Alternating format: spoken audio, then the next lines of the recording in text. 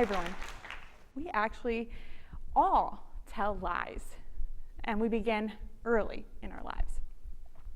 And as many parents do, right, I try to teach my kids, like, lying, it's not nice or kind or safe to lie. But even as adults, we all still lie. And I think most often they're little lies to ourselves, right? It's things like, I'm totally going to fold that laundry later. Or, I don't need to write this down, I'm going to remember it. My partner's personal favorite lie that I tell is that it's only going to be 2 more minutes, I promise, I'm going to finish this email, and then we're going to go. And that always means we're going to be 20 minutes late. And my actual personal favorite lie is that he's not allergic to cats, because our cats are not going anywhere. I'm an industrial and organizational psychologist, and I study work-family conflict, which I'm sure y'all are very familiar with. It's when we have a lot of demands and responsibilities from our work, and at the same time, a lot of demands and responsibilities placed on us by our family, and these two things are incompatible, and we just simply can't do it all, right? And so we feel like our work and family lives are in conflict with one another. And what I've learned in doing work-family conflict research and in reading the research of many of my amazing colleagues is that we all tell ourselves lies about work-family conflict. And so I brought 3 of those lies to share with you today. And in ode to my wonderful sweet husband, I bring them to you in the form of cat. The first lie that we all tell ourselves is, it's going to get better. We say this to ourselves all the time. We say, when this week is over, right, it's all going to be better. Or maybe when I get that next job. Or maybe when my son is finally potty trained. Or maybe when my partner is finally done going through treatment, right? My work-family conflict is going to get better. I'm so sorry, but the data say it will not get better.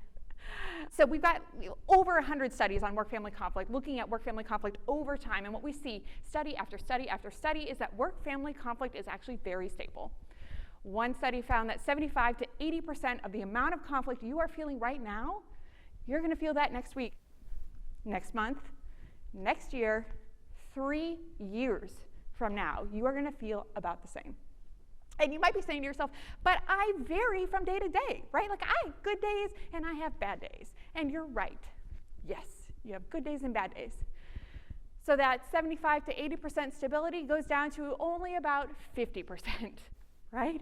We still are remarkably stable even from day to day. So while we fluctuate, we're all fluctuating around this sort of mean level of work-family conflict. And you might say to yourself, but certainly, like, there are huge changes that can happen in life, right, that change how much work-family conflict I feel. And yes, you're absolutely right, right? So if you have a baby or you retire, that can change our levels of work-family conflict.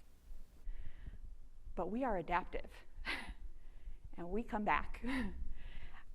There's one study, for example, showing, like, in the COVID-19 pandemic, over those first couple of months, 75 to 87% of people stayed in their same work-family conflict profile, which is remarkable because work and family got thrown into a complete blender, and yet people stayed about the same.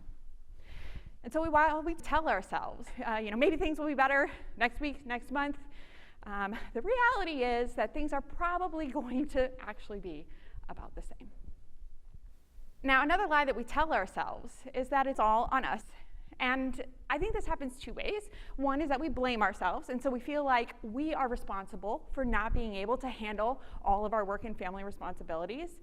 And the second way this happens is that we feel like the burden is on us alone to take care of work-family conflict. And we actually have some data that shows this. So a study I conducted with my colleague, we sampled a little over 100 people. We got hundreds of episodes of work-family conflict, and we said, when you have this work-family conflict, who do you go to? And I don't know, somewhere around 76% of those conflict episodes, people said no one. I go to myself. I don't go to my supervisor, my coworker, my friends, not even my partner, although the partner was the next most common. I do this by myself. Another study conducted found that work-family conflict episodes are emotional, right? We feel things when we have work-family conflict, but people only share those emotions about a quarter of the time. So we very much so hold these experiences in, deal with them ourselves, and shoulder the burden. But I'm here to tell you that that is also a lie. So we know when we're predicting work-family conflict, right, things like personality can matter, but what matters more is the situation, right? The actual demands that are being placed on you by your family, the actual expectations of your supervisor or your coworkers. These things matter more than individual differences. There's also a lot of research showing that social support is a really important antidote for work-family conflict. So one study that we did gathered hundreds of studies, over 1,000 effect sizes, and what we found unequivocally is that social support is associated with less work-family conflict. And this was true whether we're talking about emotional support, whether we're talking about lending a hand, whether we're talking about just feeling supported or actually seeing support. This was true in countries around the world, and it was especially true in countries where that social support is really needed. And in work-family, right, we talk a lot about policies and structural supports, and these things are important, right? Things like flexibility and telecommuting and paid leave and maternity leave. But guess what?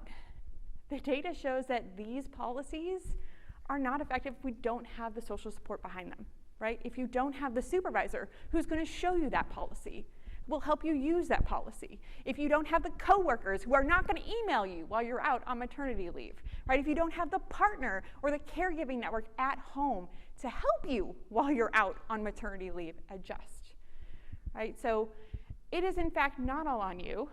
Work and family are embedded in these social structures. And it is through these social structures that we can really cope with our work-family conflict. A final lie that we like to tell ourselves is that work-family conflict is all bad. And so one of these cats may be you. All three are me from time to time, right? When we experience work-family conflict, we feel super stressed out. We feel anxious. We feel frustrated. We feel angry.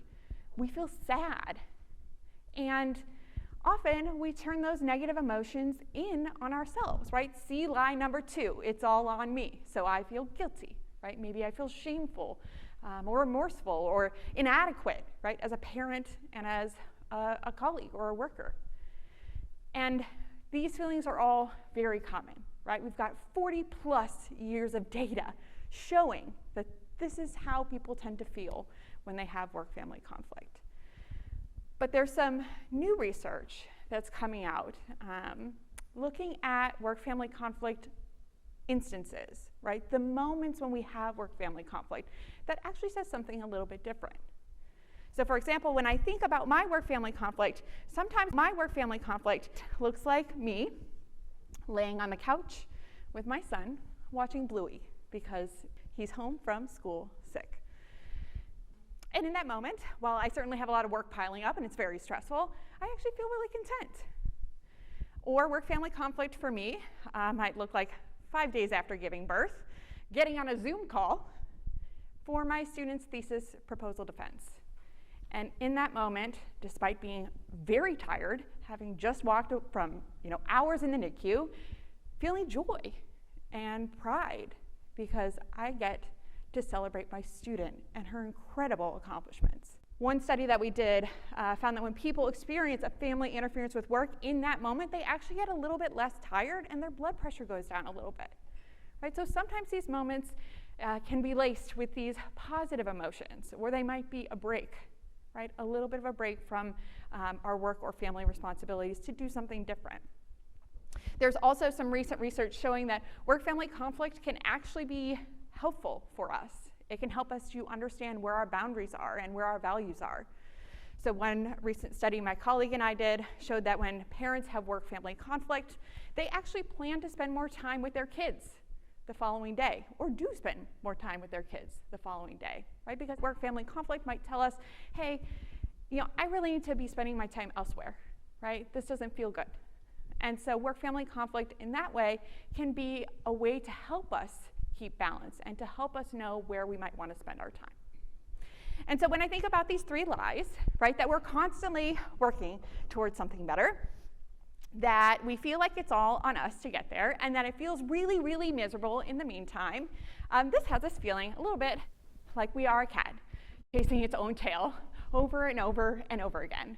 And so it's sort of no wonder to me that we keep asking ourselves things like, what even is work-family balance, and can I have it all? I mean, I think the answer to can I have it all is no, because we keep telling ourselves these lies, at least in part. And I would love to live in a world where we don't have to lie, right? Where it's really easy to make lasting change, where work and family are actually constructed to be compatible or even supportive with one another rather than in conflict, where it's a norm that we reach out and support one another rather than an exception, and where everything that we do is seen through glasses of sunshine and rainbows, right? That would be a lovely world.